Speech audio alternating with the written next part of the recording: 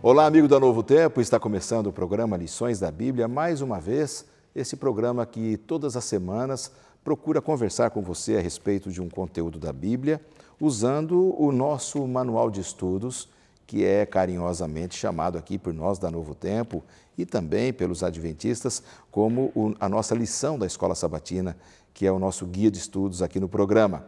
Você já sabe, nós estamos estudando o livro do Apocalipse, é um estudo mais forte, né?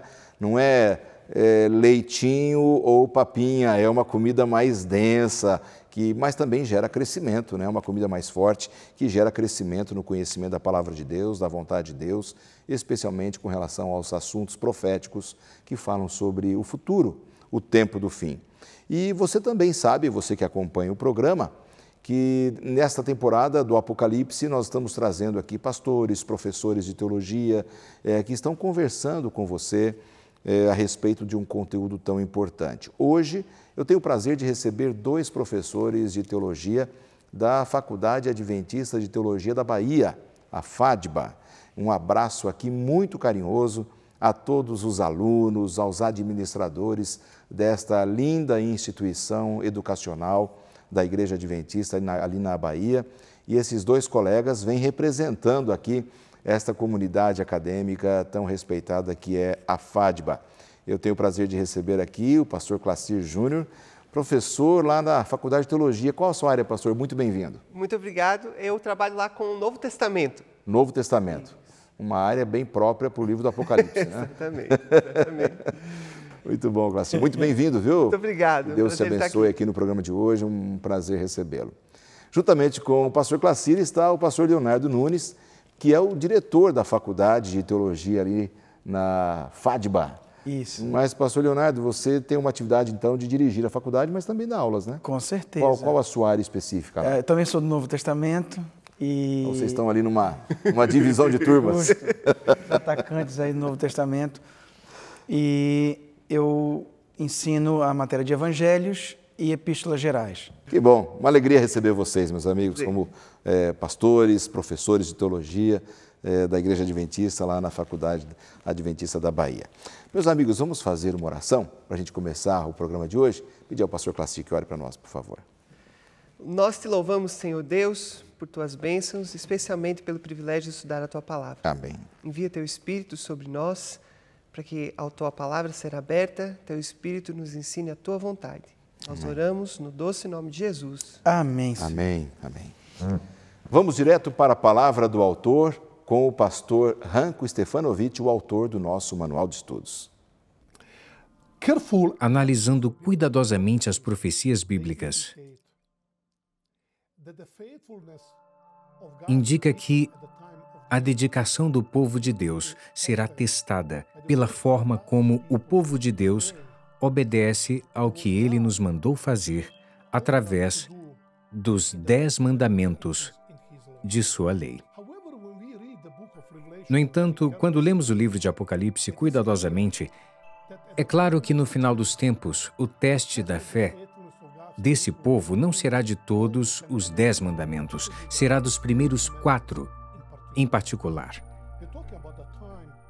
Estamos falando sobre o tempo em que Satanás desviará as pessoas para adorarem um outro Deus. Isso se posiciona contra o primeiro mandamento. Não terás outros deuses diante de mim. É o tempo quando a besta criará uma imagem de outra besta pedindo que a adoremos. E isso contraria diretamente o segundo mandamento do Decálogo. É o tempo em que a besta irá blasfemar contra o nome de Deus. Isso contraria diretamente o terceiro mandamento do Decálogo. No entanto, de qualquer forma que isso apareça no livro de Apocalipse, ele mostra muito claramente. E, na verdade, o quarto mandamento do Decálogo, o mandamento do sábado, será onde nossa fé em Deus será testada. É claramente mostrado nas mensagens do primeiro anjo que quando os habitantes iluminados deste mundo ansiarem por seu Deus, por temerem a Deus e por lhe darem glória, será chegada a hora de seu juízo. E a última parte da primeira mensagem angélica diz para adorar aquele que criou o céu, a terra e as fontes das águas. Na verdade, todos os comentaristas bíblicos reconheceram que a invocação para que adoremos ao Deus Criador. Estas palavras são tiradas diretamente do 4º mandamento do Decálogo. E esta mensagem é muito reveladora para essa época deste mundo. Existem muitas distrações. Quando as pessoas encontram muitos deuses neste mundo, quando os seres humanos ou objetos diferentes ou imbatíveis, ou o que eles querem alcançar nesta vida se torna seu ídolo, ao qual eles adoram. O povo de Deus, no tempo do fim, por conta de sua fidelidade ao 4º mandamento, será constantemente lembrado de que em sua vida há apenas um que merece nossa adoração. E esse alguém é Deus, o Criador. Na verdade, esse é o solene propósito do sábado. Nos dizer que não estamos sozinhos, que pertencemos a Deus, o Deus que nos criou e o Deus que nos redimiu quando Ele enviou Jesus Cristo para morrer na cruz do Calvário. Já temos a introdução aí do pastor Hank Stefanovic.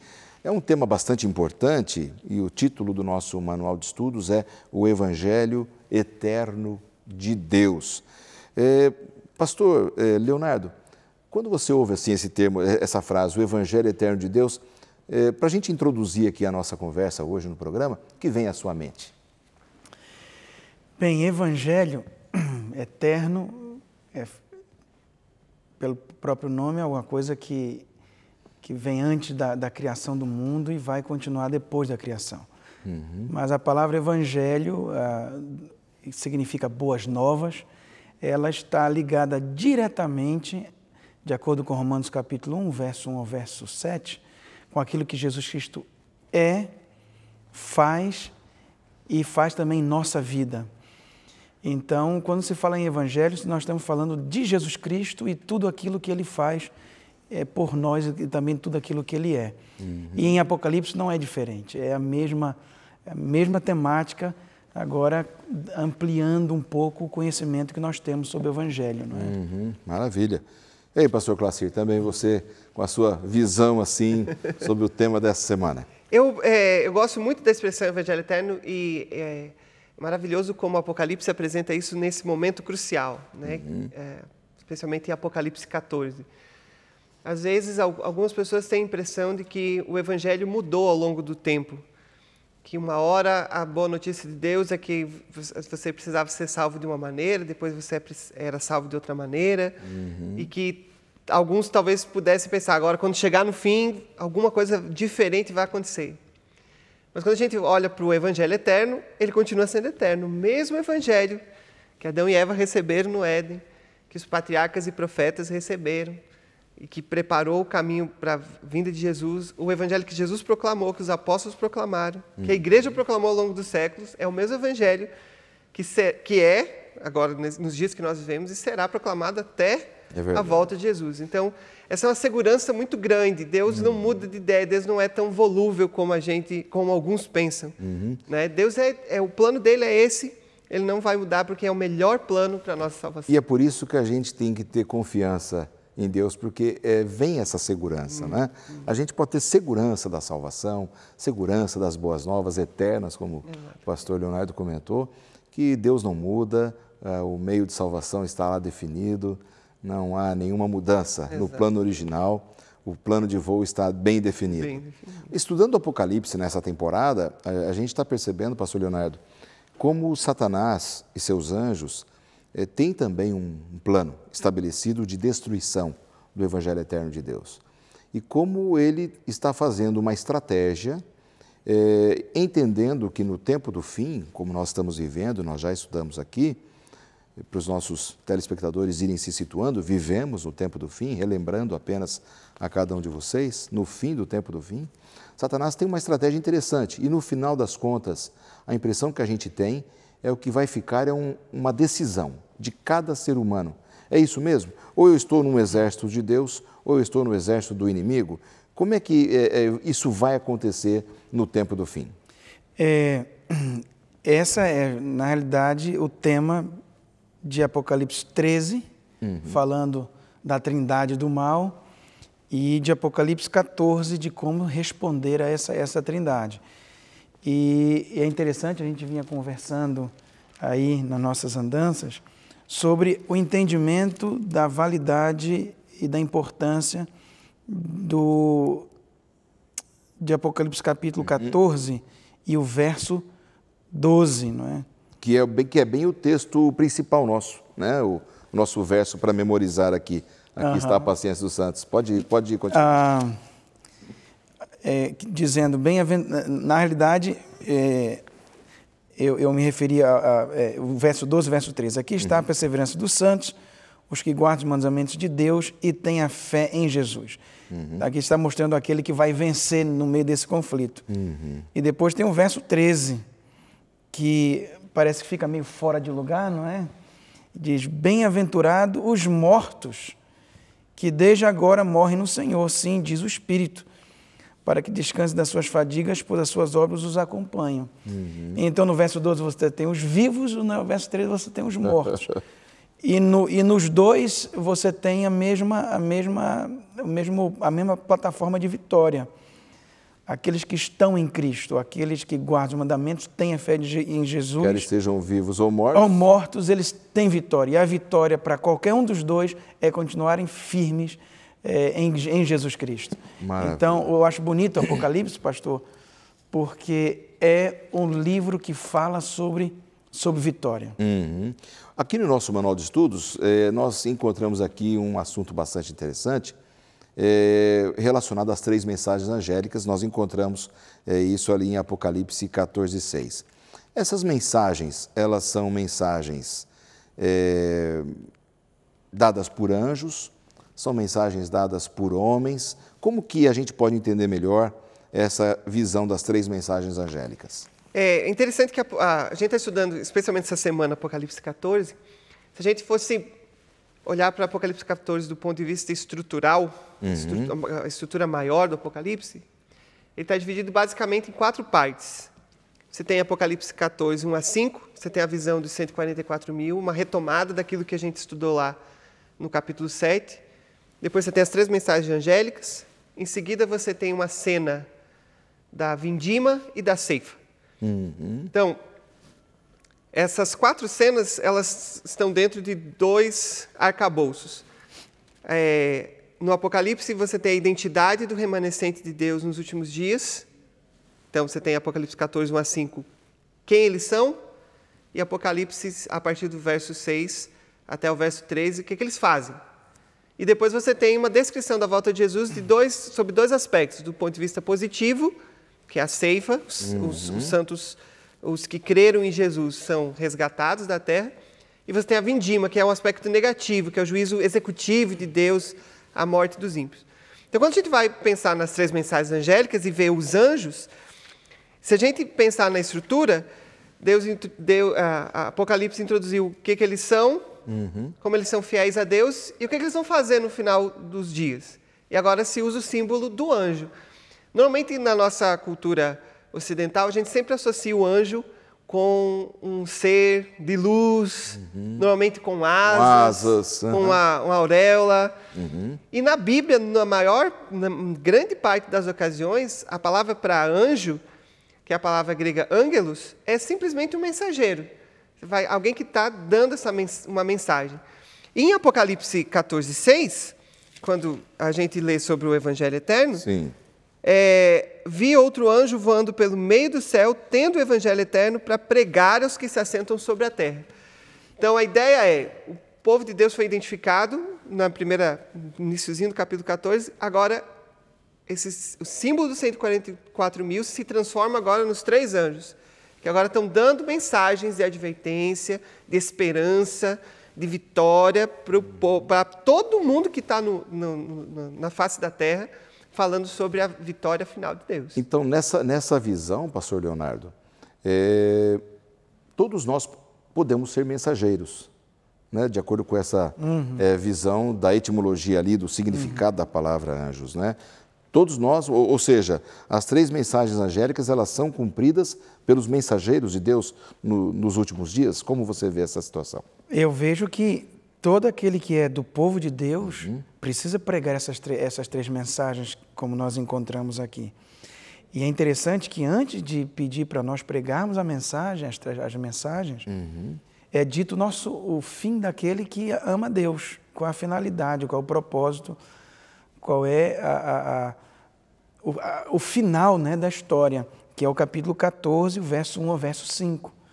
E é interessante que no capítulo 13 fala da trindade maligna.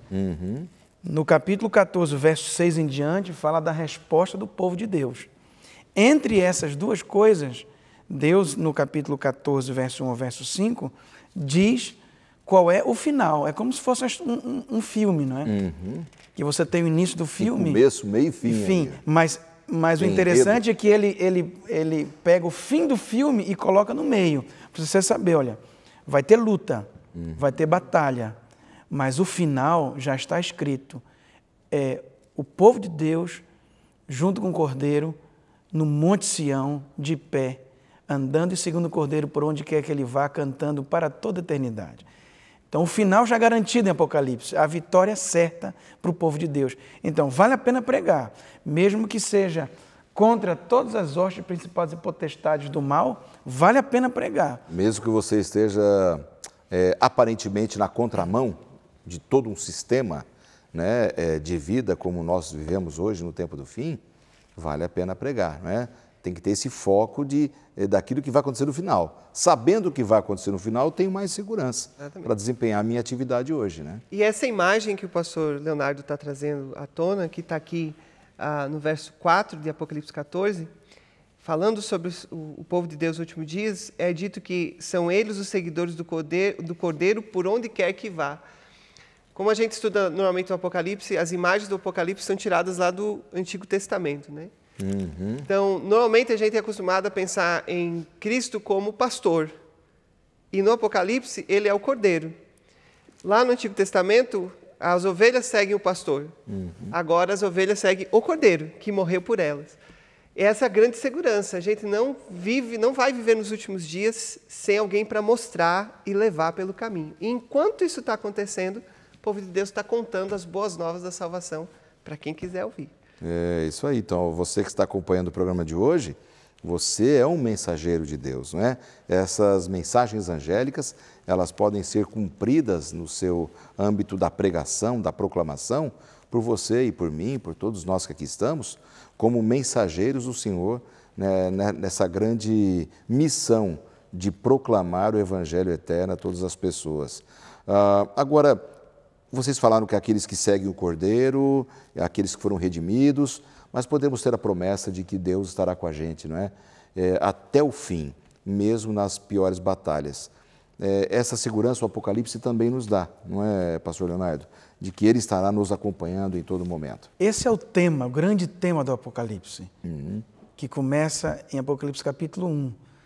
Ele é o Deus que está conosco hoje, que vai nos acompanhar durante essa jornada e o Deus que está para voltar e levar os seus. E junto com esse tema é a vitória daquele que está junto com Deus. Às vezes as pessoas falam muito de bestas, de animais, de coisas... São esses símbolos, porque o Apocalipse tem a linguagem simbólica, né? Ele tem muito símbolo.